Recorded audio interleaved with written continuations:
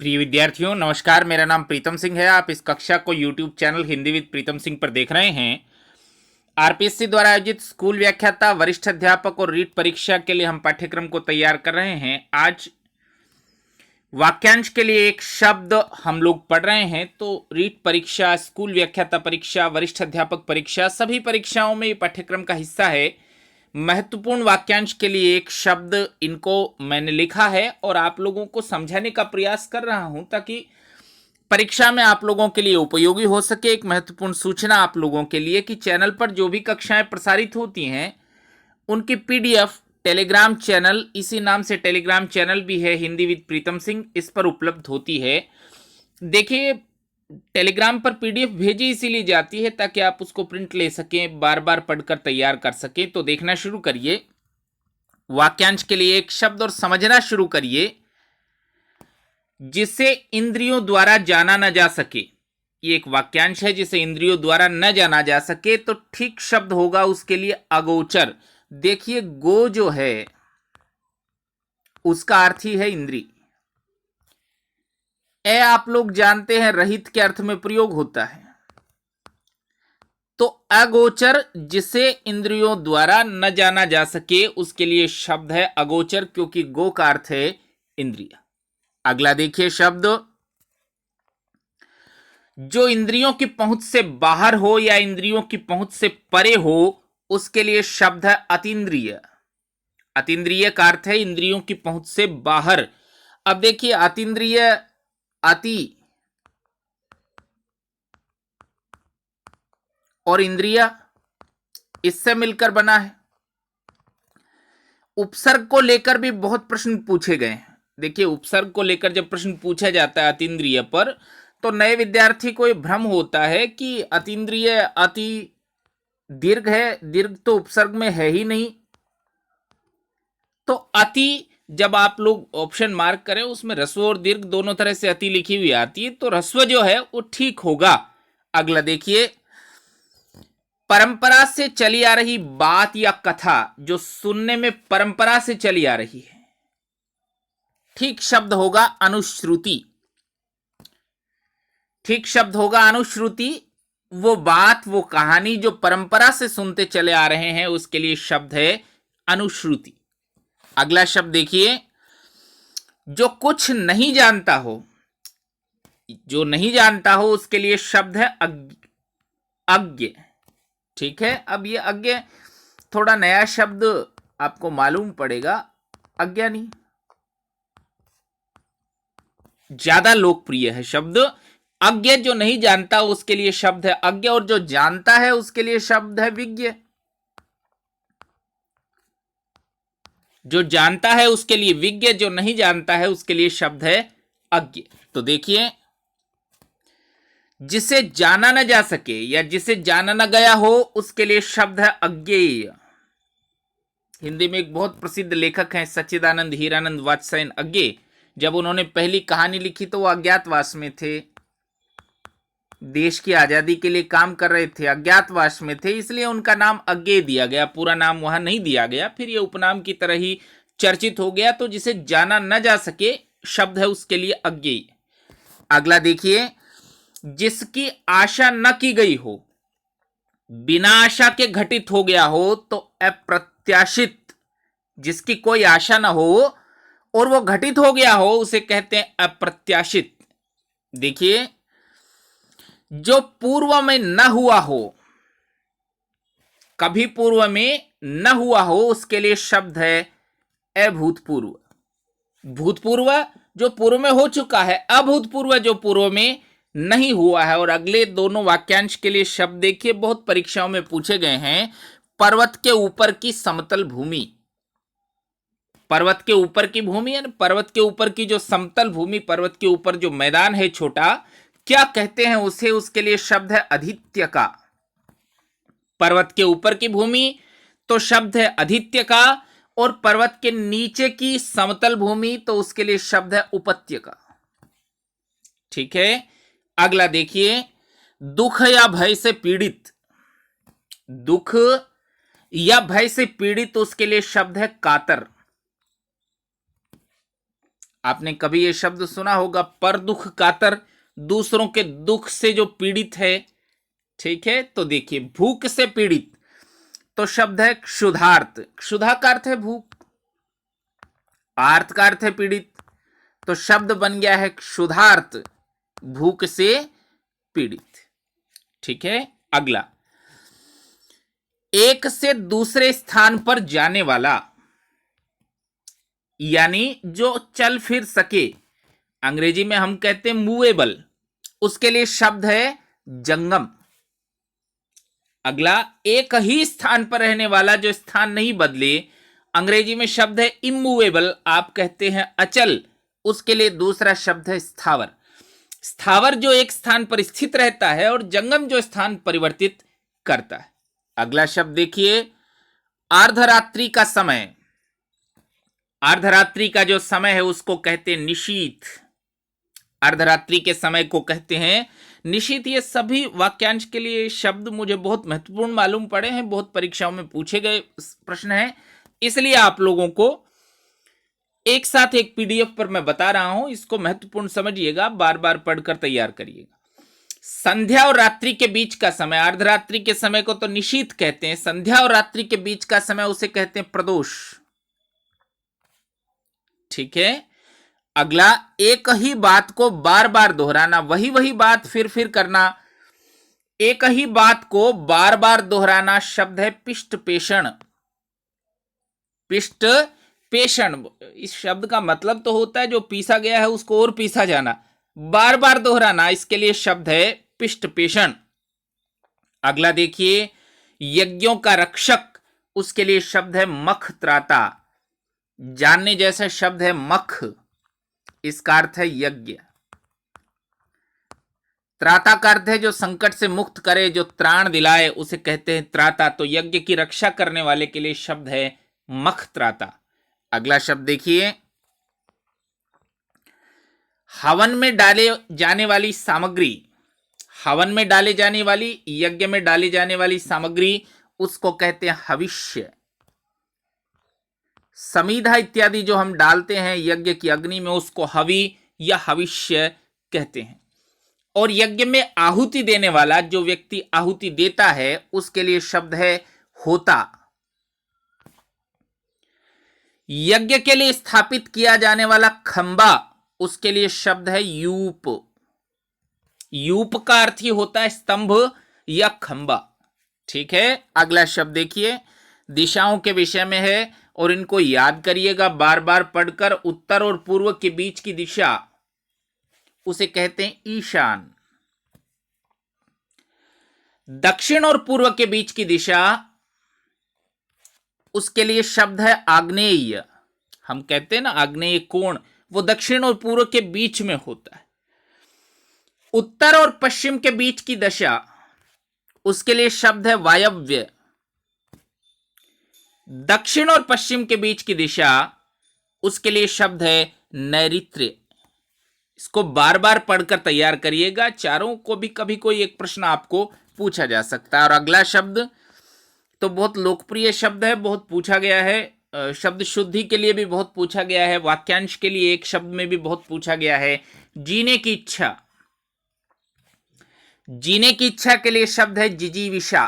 जिजीविषा यानी जीने की इच्छा। कार्य करने की इच्छा, ये थोड़ा नया शब्द है, आमतौर पर प्रयोग नहीं होता। कार्य करने की इच्छा, इसके लिए शब्द है चिकीर्षा। कार्य करने की इच्छा। किसी को मारने की इच्छा, वध करने की इच्छा क्या कहलाती है, यह भी आम बोलचाल का शब्द नहीं है, परीक्षा में पूछा जाए तो ध्यान रखने जैसा है। किसी को मारने की इच्छा या वध करने की इच्छा, इसके लिए शब्द है जिघांसा। मारने की इच्छा या वध करने की इच्छा, इसके लिए शब्द है जिघांसा। जानने की इच्छा, इसके लिए शब्द है जिज्ञासा। बहुत लोकप्रिय शब्द है, बहुत प्रयोग में आने वाला शब्द। मोक्ष की इच्छा, मोक्ष यानी मुक्ति, जो मुक्त होने की कामना करे, इस कामना को क्या कहते हैं? मुमुक्षा। मुमुक्षा का अर्थ है मोक्ष की इच्छा। युद्ध करने की इच्छा, उसके लिए शब्द है युयुत्सा। युयुत्सा का अर्थ है युद्ध करने की इच्छा। अगला शब्द देखिए, जो पूछने योग्य हो, जो पूछने योग्य हो उसके लिए शब्द है पृष्ठव्य। पृष्ठव्य, जिसे देखा न जा सके। दोनों शब्द देखिएगा, क्रम संख्या 32 और 33 बहुत मिलते जुलते मालूम चलते हैं। वाक्यांश के लिए एक शब्द में मिलता जुलता वाक्यांश ही आपको दिक्कत में डालता है। तो देखिए, जिसे देखा न जा सके, जो दिखाई नहीं पड़ता, उसके लिए शब्द है अदृश्य। और जिसे पूर्व में न देखा गया हो, देखा तो जा सकता है लेकिन आज पहली पहली बार देखा है, पूर्व में वो दिखाई कभी नहीं पड़ा है, उसके लिए शब्द है अदृष्ट पूर्व। तो देखा ही ना जा सके, शब्द है अदृश्य। और पूर्व में ना देखा गया हो, शब्द है अदृष्ट पूर्व, जिसे पूर्व में नहीं देखा गया हो। अगला शब्द देखिए, जिसका विभाजन न किया जा सके, उसके लिए शब्द है अविभाज्य। विभाजन किया ना जा सके तो शब्द है अविभाज्य। और विभाजन नहीं किया गया हो, किया तो जा सकता है लेकिन अभी किया ना गया है, वो अपने आप में एक इकाई है, अखंड है, उसके लिए शब्द है अविभक्त। किया ना जा सके तो अविभाज्य, और किया ना गया हो, अभी किसी टुकड़े में नहीं हो, उसके लिए शब्द है अविभक्त। अगला शब्द देखिए, सबसे आगे रहने वाला, तो उसके लिए शब्द है अग्रणी। वह जो सबसे आगे रहता है, शब्द है अग्रणी। और वह जो सबसे पहले गिना जाता है, सबसे आगे गिना जाता है, ऐसे भी लिखा हो सकता है, शब्द है अग्रगण्य। आगे गिना जाता है, पहले गिना जाता है, तो शब्द है अग्रगण्य। और सबसे आगे रहता ही है, तो उसके लिए शब्द है अग्रणी। अगला देखिए, जिसका चिंतन न किया जा सके, चिंतन करना जिसका संभव नहीं, उसके लिए शब्द है अचिंत्य। चिंतन न किया जा सके तो अचिंत्य। अगला देखिए, अन्य से संबंध न रखने वाला, अन्य से जिसका कोई संबंध न हो, प्रकारांतर से समझिए एक ही पर आस्था हो। भक्तों इत्यादि के संबंध में जब यह शब्द प्रयोग होता है कि तुलसीदास श्री राम के अनन्य भक्त हैं, तो इसका मतलब है वो एक ही देवता से संबंधित है, अन्य किसी से उनका संबंध नहीं है, तो शब्द है उसके लिए अनन्य। अन्य से संबंध जो नहीं रखे, उसके लिए शब्द है अनन्य। और मूल कथा के में आने वाला प्रसंग, या आप समझिए मूल कथा का समर्थन करने वाली, उसको ज्यादा रोचक बनाने वाली जो कहानी है, लघु कथा, उसको क्या कहते हैं? अंतः कथा। बड़ी कहानी से संबंधित एक छोटी कहानी, उसको हम कहते हैं अंतः कथा। या अंतः कथा क्या होती है, इसको समझिए कि हम राम की कहानी पढ़ते हैं, तो रावण सीता जी का हरण करके ले जा रहा है, वहां जटायु आ जाते हैं। जटायु की कहानी बस इतनी ही है कि वो उनको रोकने का प्रयास करते हैं रावण को, और मारे जाते हैं। समझ रहे हैं? तो ये मूल कथा में आने वाला एक प्रसंग है, इसके लिए शब्द है अंतः कथा। अगला देखिए, जो सबके मन की बात जानता हो, उसके लिए शब्द है अंतर्यामी। ईश्वर के लिए आमतौर पर यह शब्द इस्तेमाल किया जाता है कि हे प्रभु आप अंतर्यामी हैं। अंतर्यामी है अर्थ अंतर की बात जानने वाले हैं, भीतर की बात को जानने वाले।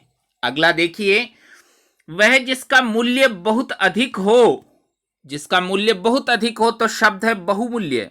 जैसे किसी व्यक्ति ने बहुमूल्य वस्त्र पहने थे या बहुमूल्य आभूषण पहने थे, बहुत सा उसका मूल्य था, और वह जिसका मूल्य न आंका जा सके, मूल्य तो है लेकिन मुद्रा इत्यादि में मापा नहीं जा सके, शब्द है अमूल्य। जैसे हमारा मत, हम जो वोट देते हैं, आप लोग प्रचार इत्यादि के दौरान देखेंगे, अमूल्य मत देकर विजयी बनाइए, तो आपका मत इतना मूल्यवान है कि धन में उसकी कीमत मापी नहीं जा सकती। शब्द है अमूल्य। अगला देखिए, जो दिखाई न दे, दिखता न हो, उसके लिए शब्द है अलक्ष्य। ठीक है। और जिसे लांघा न जा सके, लांघना यानी पार करना, जिसे लांघा न जा सके उसके लिए शब्द है अलंघ्य। ठीक है ना। अब देखो, कोई शर्त है, उसको पार कर देना, उसको लांघ जाना, उसके लिए तो शब्द होगा उल्लंघन। लंघन का अर्थ ही है पार करना। और जिसको लांघा न जा सके उसके लिए शब्द है अलंघ्य। अगला शब्द देखिए, जो ग्रहण करने योग्य हो, जिसको ग्रहण किया जा सके, उसके लिए शब्द है ग्राह्य। ग्रहण करने योग्य तो शब्द है ग्राह्य। और जो छिपाने योग्य है उसके लिए शब्द है गोपनीय। गोपनीय जो गुप्त रखने जैसा है, जो छिपाने जैसा है, उसके लिए शब्द है गोपनीय। अगला देखिए,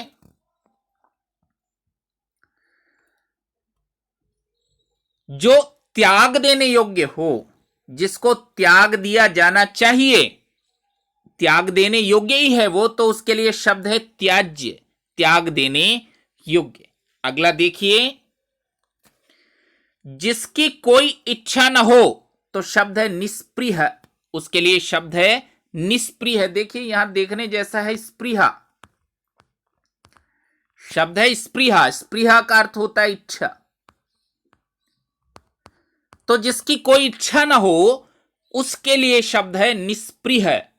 और अगला शब्द देखिए, रंगमंच पर पर्दे के पीछे का स्थान। आप लोग नाटक इत्यादि पढ़ते हैं तो वहां ये शब्द बार बार आता है, नेपथ्य। रंगमंच के पर्दे के पीछे की जगह उसको कहते हैं नेपथ्य। अंग्रेजी में हम उसको कहते हैं बैक स्टेज। समझ रहे हैं। रंगमंच स्टेज, उसके पीछे जो पर्दा है, उस पर्दे के लिए भी बहुत दिलचस्प शब्द है भाई, यवनिका।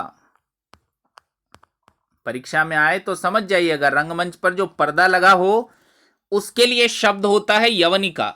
ठीक है। अगला देखिए, जो कठिनाई से समझ में आता हो, तो शब्द है दुर्बोध। शब्द है दुर्बोध। वह जो कठिनाई से समझ में आए उसके लिए शब्द है दुर्बोध। बोध का अर्थ है समझना, दूर तो कठिनता के अर्थ में ही है।